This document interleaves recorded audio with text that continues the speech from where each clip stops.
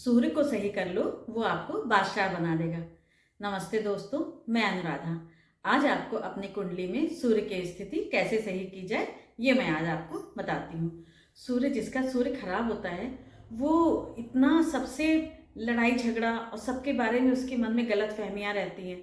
सबके बारे में वो इंसान सोचता है कि अरे मैं तो इसके लिए इतना कर रहा हूँ, ये तो मेरे लिए कुछ भी नहीं कर रहा है। ये अपने पड़ोसी से, रिश्तेदारों से, दोस्तों से, सबसे वो बहुत ही हमेशा गुस्सा किए रहता है।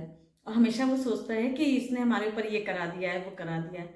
तो वो हमेशा परेशान रहता है। और इसकी जब जो ये जिसकी कुंडली में सूर्य नीच का होता है, तो वो जातक जब उसकी शादी हो जाती है, तो उसके बाद भी वो हमेशा अपनी वाइफ से, अपनी पत्नी से परेशान रहता है। और ये मतलब पत्नी से कि उसके मायके वालों से हमेशा परेशान रहता है कि मैं तो उसके लिए इतना करता हूँ और ये कुछ भी नहीं ध्यान देती है मेरा।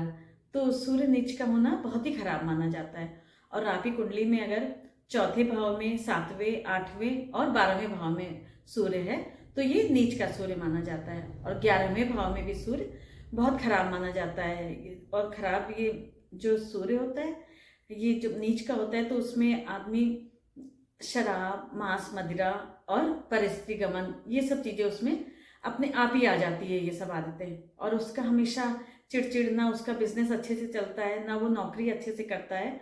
बहुत ही हमेशा बहुत परेशान रहता है। और परेशान रहता भी और दूसरों को भी परेशान करता है।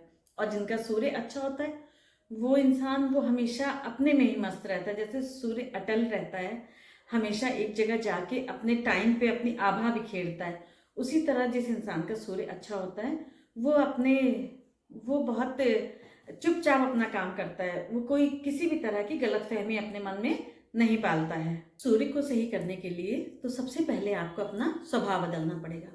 बहुत ज़्यादा किसी के बारे में बुरा नहीं सोचना, हमेशा टेंशन में नहीं रहना, और सबसे अच्छे से बोलना और हंसमुख रहना। और अब मैं आपको कुछ उपाय बताने जा रही हूँ सूर्य को सही करने के। आप तांबे का सिक्का लें, और तांबे का सिक्का किसी भी ज्वेलर के यहाँ वो बहुत आसानी से मिल जाएगा। और चमकदार तांबे का सिक्का लेना है, उसको अपने उसको और तांबे का सिक्का शुक्र का कारक होता है, और शुक्र धन का कारक होता है। और वो तांबे के इस सिक्के को अपने सर से एंटी क्लॉकवाइज घुमाकर उसको करीब 3, 5, 7 बार आप एंटी क्लॉकवाइज घुमा के उसको बहते हुए पानी में उसको प्रवाहित कर दीजिए। और ये आपको कम से कम 5 रविवार तो आपको करना ही करना है। और दूसरा दूसरा आपको बता रही हूँ, दूसरा उपाय है गुड़। गुड़ मीठा होता है, और ये मीठा गुड़ मंगल का कारक होता है। और जो इसका कलर है, ब्राउन कलर है, वो सूर्य का कारक होता है। तो गुड़ को भी 400 ग्राम आप गुड़ लीजिए, और उसको भी बहते हुए पानी में उसको आप प्रवाहित कर दीजिए। ये भी आपको 5-7 संडे को करेंगे तो बहुत बहुत आपको अच्छे रिजल्ट मिलेंगे। और तीसरा उपाय तो बहुत अच्छा है, सूर्योदय से पहले उठ जाएं।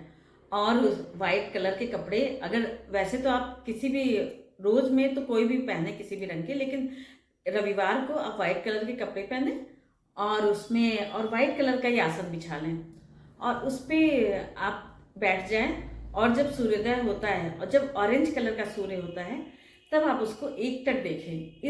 इस विधि को त्राटक विधि कहते हैं। इसको आप एकटक देखें, उससे आपके इतनी आभा आएगी चेहरे पे और आंखों में कि आपका बहुत नेचर ही बदल जाएगा, आप ही काम करने का तरीका बदल जाएगा। और ईश्वर आपका सपोर्ट, कोई चाहे करे ना करे, लेकिन ईश्वर आपका सपोर्ट जरूर करेंगे।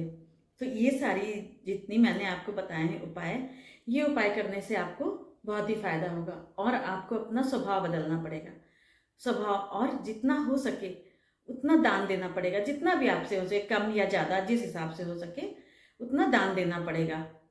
दान देने से हमारे सभी बुरे ग्रह कट जाते हैं। थैंक यू दोस्तों।